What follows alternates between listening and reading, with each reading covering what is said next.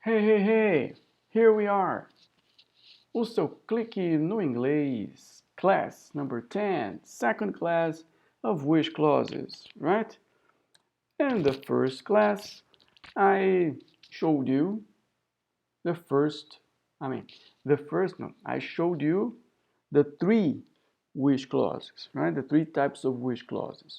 So to refresh your minds, to remember, I'm going to look at the formulas with you, right?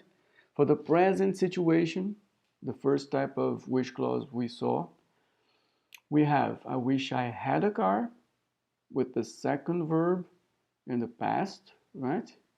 Or I wish I were taller if the verb is be. Okay?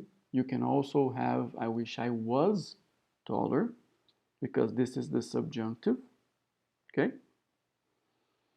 For the past situation, I wish I had had a car. Here it was the past, now it's the past perfect. Auxiliary verb had and principal verb have.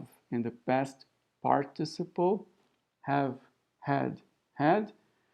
The verb have is part of this expression here, have a car. Okay? I wish I had had a car. Here, eu queria ter carro, eu queria ter tido carro. Okay? I wish I had been taller. Eu queria ter sido mais alto.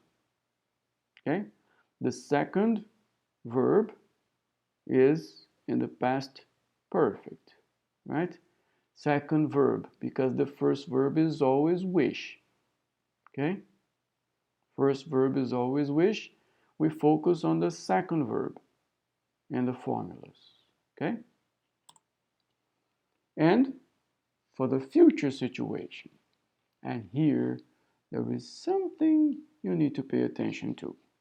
I wish they would stop crying. The second verb is in the conditional, would stop. Okay?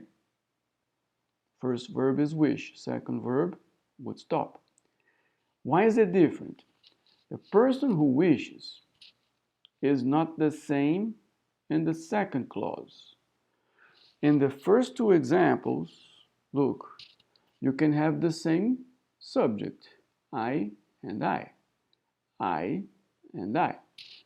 However, in this one, you can't. I and they. The subject of the first verb, wish, I, is different from the subject of the second verb, would stop. I is different from they.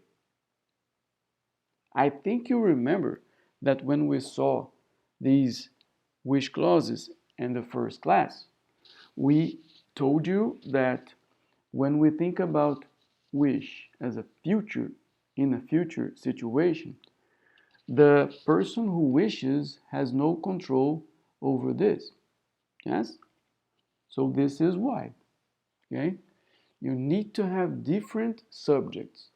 If you don't, you can consider it wrong, right?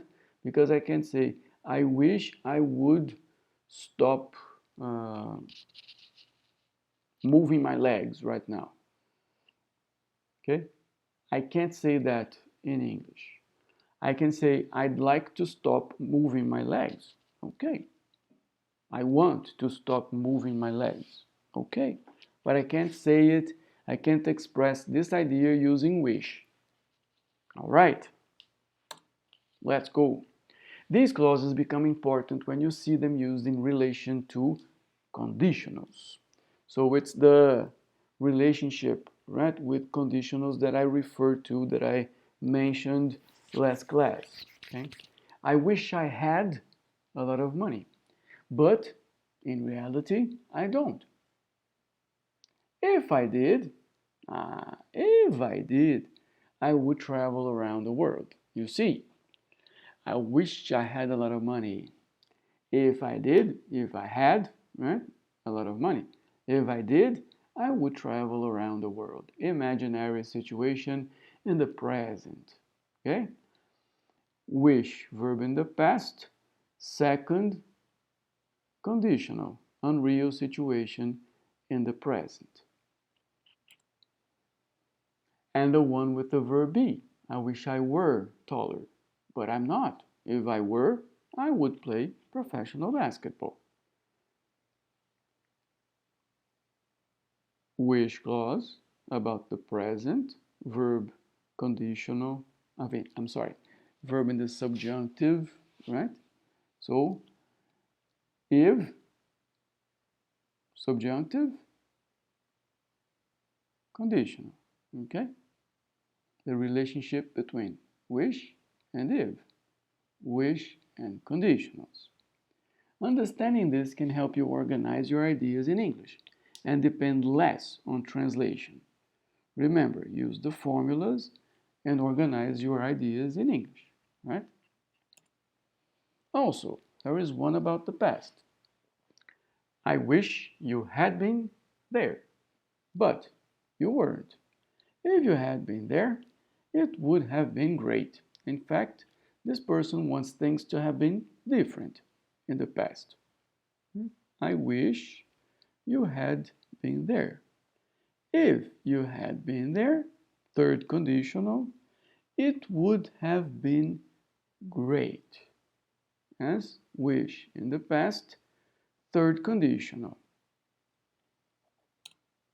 Most of the exercises and test questions about this grammar topic focus on the correct use of the verb tenses in each of the situations.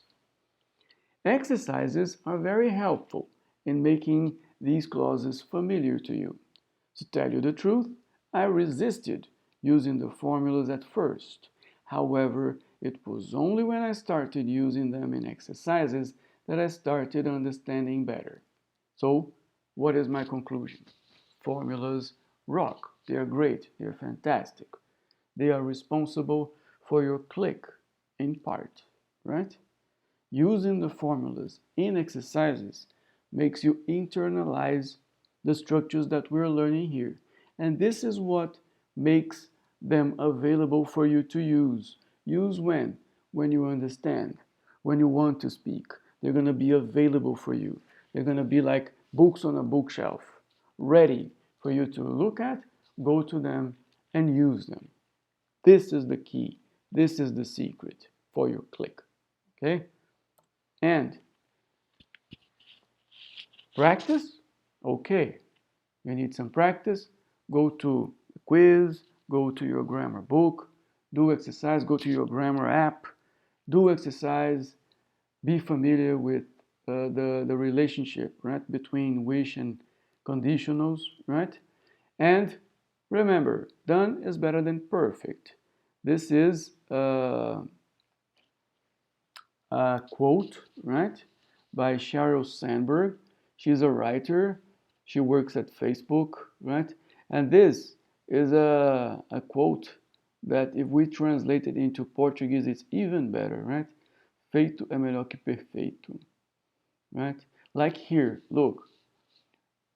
All the letters are capital, yes? And this one is not capital. But I only realized it when I was recording. Okay, so I'm not going to repeat everything I said here just because there is this problem here. So, feito é melhor que perfeito. There is even a rhyme in Portuguese, right? Feito, perfeito. That in English, right, the rhyme doesn't exist, right? The rhyme is not here in English. But in Portuguese, feito é melhor que perfeito is much better, right? Sounds much better than in English. But again, it's a quote and it's by Sheryl Sandberg. Thank you very much for your attention here, right? This is the end of class number 10. Okay? Take good care of yourselves and I see you for class 11, right? Time to practice.